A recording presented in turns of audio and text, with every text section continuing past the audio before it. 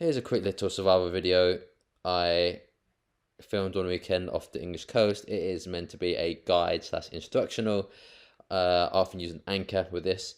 We'll be detailing and testing some common methods, techniques and stories and how to film them. Please do excuse the note reading and the sunburn. Thank you. Please do know that this was filmed over the course of 2 days and 1 night. At the moment, I'm in the sea. I've been drifting out here for the past few hours. I'm starting to feel a bit sick. We're getting very dehydrated from the sun beating down on me. This place may be covered in water, but my God, it might as well be a desert because there is just not enough to drink. There's nothing out here to drink. It's literally a desert out here. So the sun's started to set and I'm feeling more and more seasick at the moment. I can't even motivate myself to film or do anything. I'm just literally lying down in this raft. I wish I could fall to sleep. I feel like it's going to be a very, very cold night. I think I fell asleep there. Oh, it feels, the lethargy is a bit much at the moment. Oh, the sun's going down, I'm getting colder. The sun's going down, I'm getting colder. Like, how will I have the energy inside me to deal with the cold in the night as I can't make any shelter? Oh.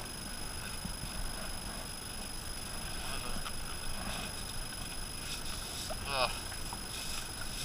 Wait, so, what's been? Oh. Oh my God, I feel sick.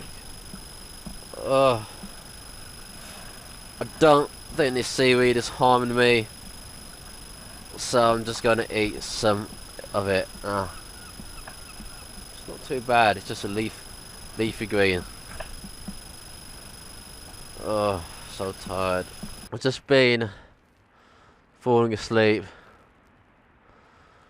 I'm just going to try my best to try to sleep off this seasickness. So I feel way too ill. It's getting darker and it's getting darker and it's getting colder. I'm trying to get to sleep. I've had a bit of sleep. I still feel a bit seasick and it's getting very, very cold. Let's see what happens tonight. This is such a bright moon. The moment I start moving, I just start feeling sick again. It must be like the middle. It must be the middle of the night now. I must be in the middle of the night and I still feel terrible. It's not so bad when you're just lying down, but then once you start trying to film stuff with a camera, that's when it starts to kind of kick back in the seasickness. What I've tried to do is stay quite central in the dinghy, and that'll kind of minimise how much movement there is, because most of the movement is all around the edges, but that does make a difference on a dinghy this small.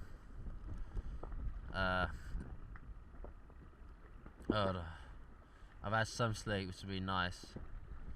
Other than that, I feel absolutely terrible.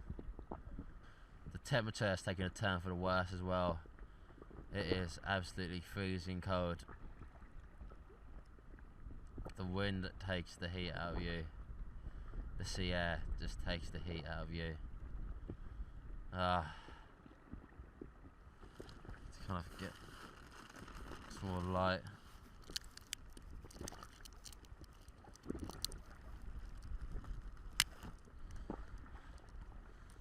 Use these glow sticks to get me.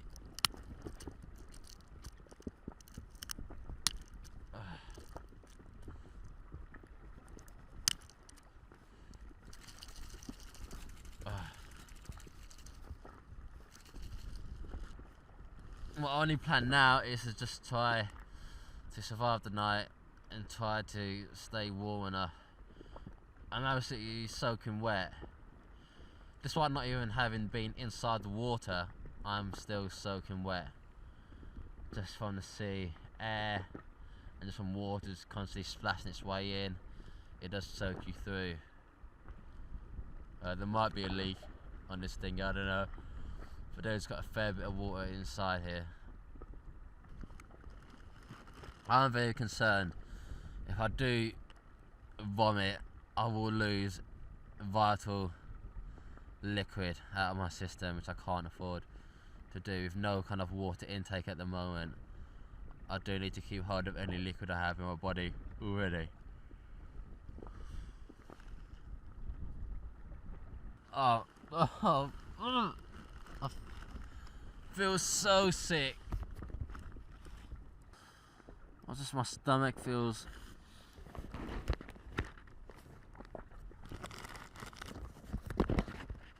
just so nauseous at the moment.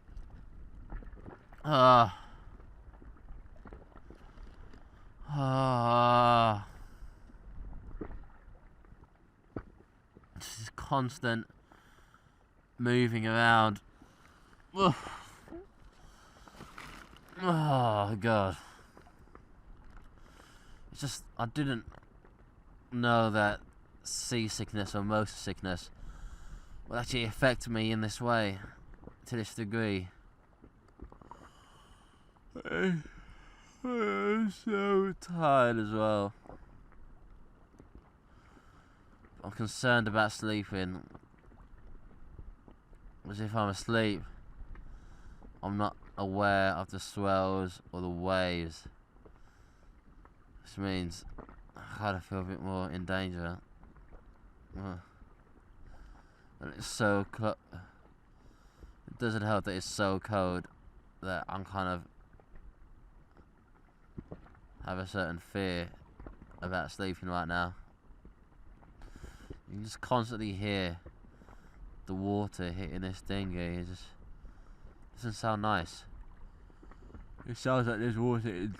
I'm so tired. I'm so tired. But it's hard to get steady sleep here because you're always moving around. Yeah, it's hard to get any steady sleep because you're constantly bobbing around and it keeps you awake.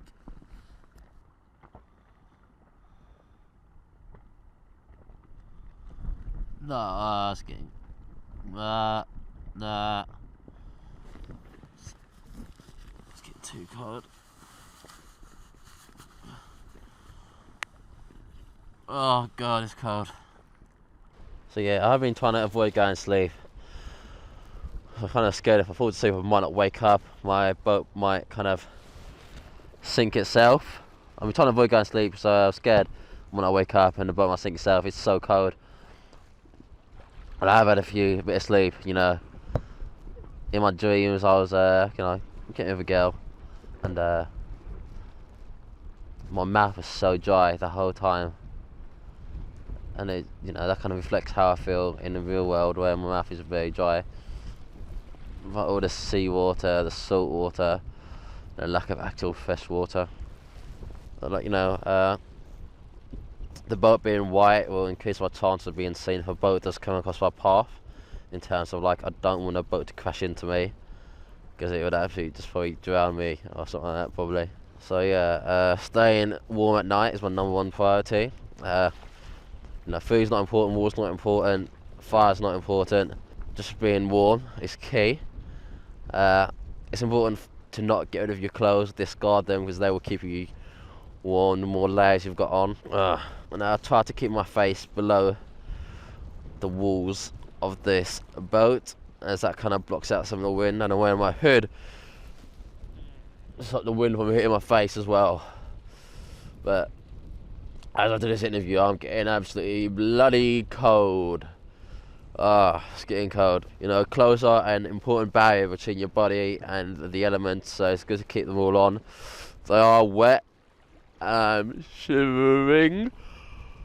But, oh god, it's better than being naked. And I've done these things like this naked, and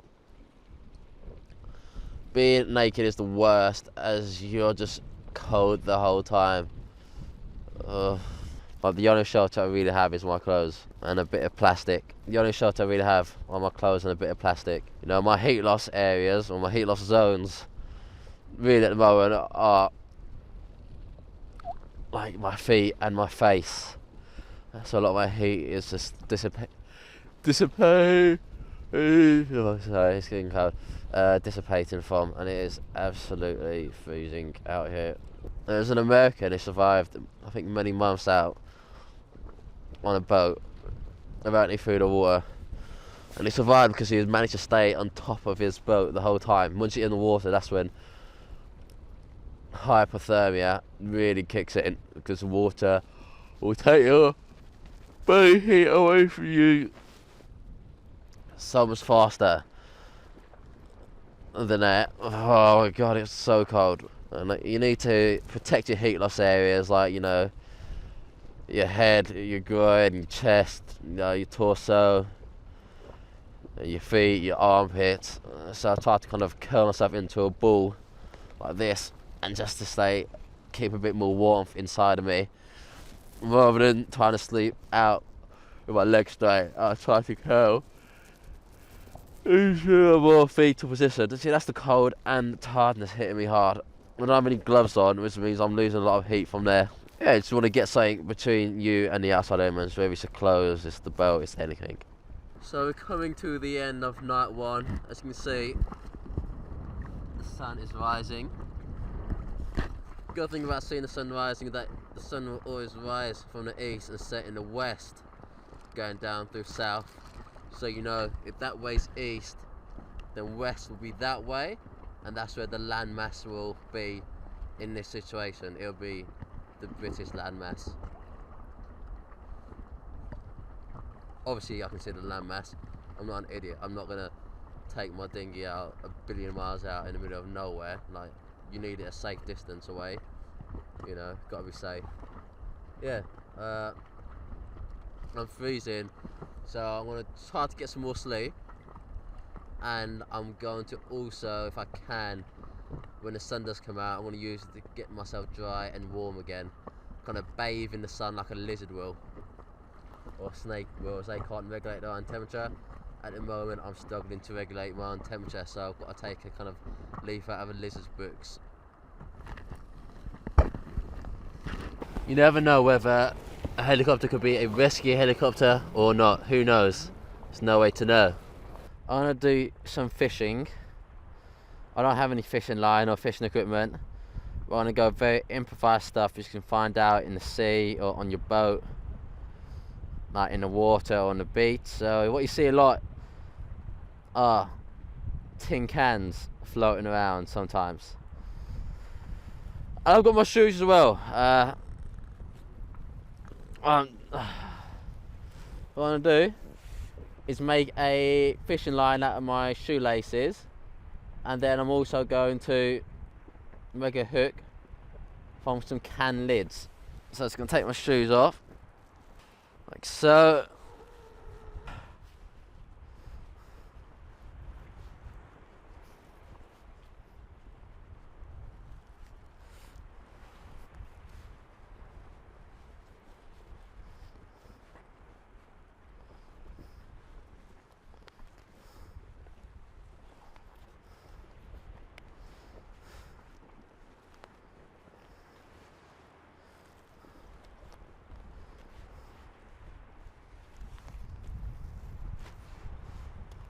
There's now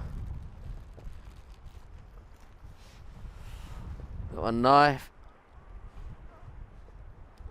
I'm going to cut inside it.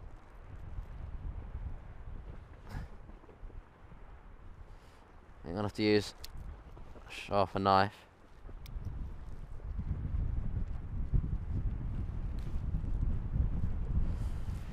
And in here I've got the white inner string.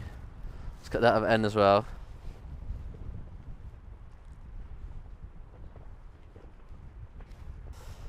Right.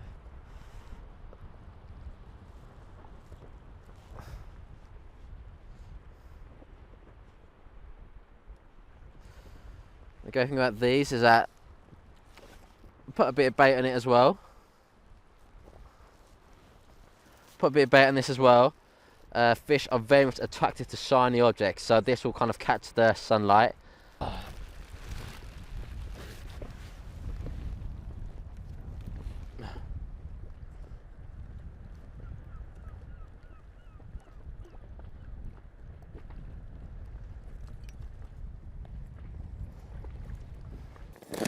about to take off all my gear.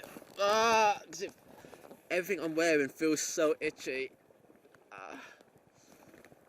Ah. Oh my god, it's so itchy. Like, all over my whole body, and my back especially. Oh. Oh. I feel so seasick as well. Oh.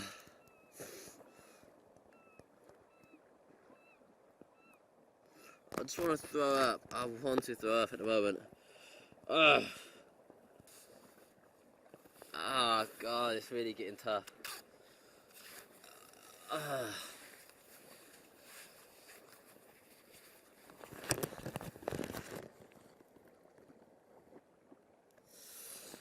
Oh my god, it's so hot as well.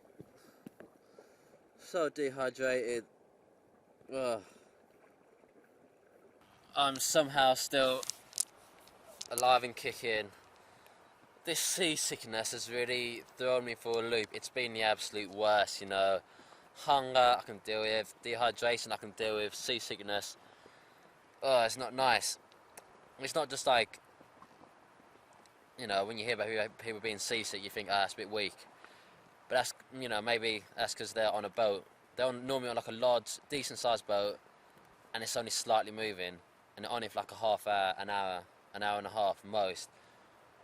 This is the second day I've been on this same dinghy. It's a small inflatable dinghy. It's constantly moving because it is small and it's inflatable, and it's just the motion sickness. You just constantly move, like non-stop. Imagine being on land and, like, I don't know, you're just constantly unsteady, you're constantly being moved around. So that feels like, and it's just absolutely torn my stomach apart.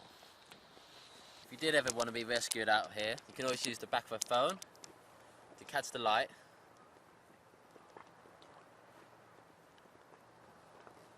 And create a signal. If you do it in patterns of 3, so it's repeating, so 1, 2, 3, 1, 2, 3, 1, 2, 3. Because humans are kind of trained to see patterns and then work to see it as non-natural if it's patterned. See, I'm absolutely fucking knackered after being at sea.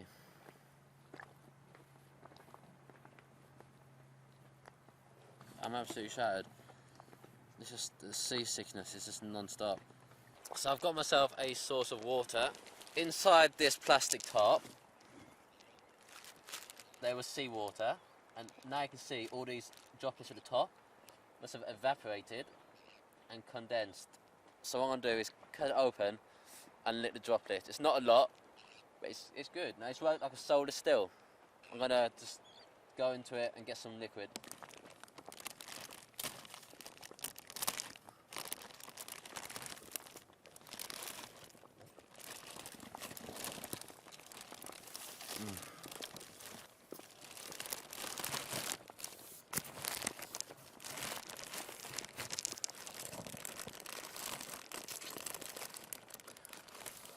That tasted nice and fresh.